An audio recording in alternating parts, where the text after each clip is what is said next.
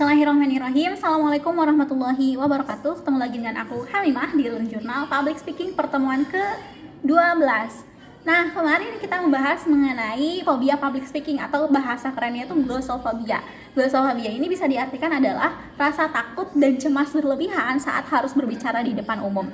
Beberapa ciri-cirinya kayak gemeter, keringat dingin, kemudian juga di sini jantung berdebar. Itu tuh salah beberapa ciri-ciri dari glossophobia. Dan untuk cara mengatasinya adalah mempersiapkan materi yang akan kita sampaikan sematang-matangnya. Jadi persiapannya itu harus benar-benar matang. Kemudian juga kita mengatur napas sebelum masuk ke depan. Atau bisa juga diatasi dengan kita percaya sama diri kita sendiri bahwasanya kita bisa untuk melalui ini. Kita bisa kontrol diri kita. Atau bisa juga dengan selain itu kayak kita bisa dengan berkenalan atau kita bisa dengan beradaptasi dengan kesunyian. Kita jangan takut sama kesunyian. Soalnya kan kadang penyebab glossophobia itu karena kitanya harus ngomong sedangkan orang-orang lain itu dia pada diam, dan kita di situ belajar untuk tidak takut terhadap kesunyian. Itu tentang glossophobia yang kemarin kita bahas di public speaking, mata kuliah public speaking.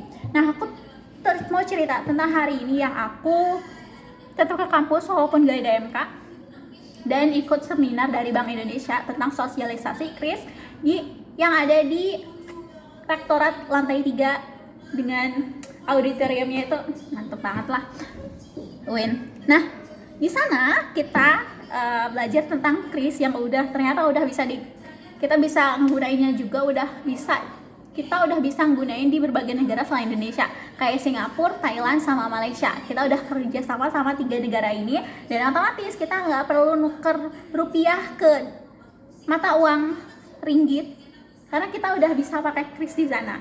Tapi yang harus dipastiin adalah kita harus mastiin saldo kita itu cukup. Kalau saldonya nggak cukup, ya walaupun bisa pakai kris tetap nggak bisa belanja gitu loh.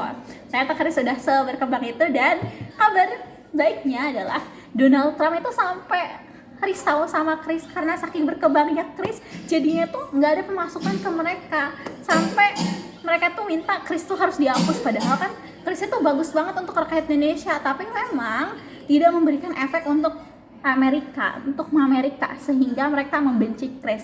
Tapi overall sebenarnya kris itu menguntungkan masyarakat Indonesia, karena di kris ini aku sendiri ngerasainnya tuh nggak ada potongan-potongan. Jadi karena transaksi aku masih di angka 10.000, masih di angka 50.000 gitu, itu tuh ya kita tinggal bayar aja, tinggal tap tanpa harus ada tanpa harus ada biaya admin. Beda kalau kita pakai Visa, kalau kita pakai kartu debit itu biasanya tuh ada tambahannya untuk biaya pelayanannya gitu. Sampai Donald Trump aja nggak suka sama kris.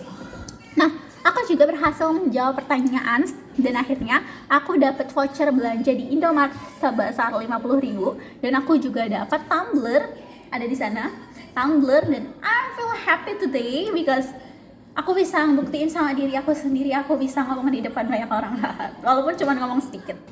Nah, itu aja untuk Learning Journal Public Speaking pertemuan ke-12, dan see you di pertemuan selanjutnya. Dadah.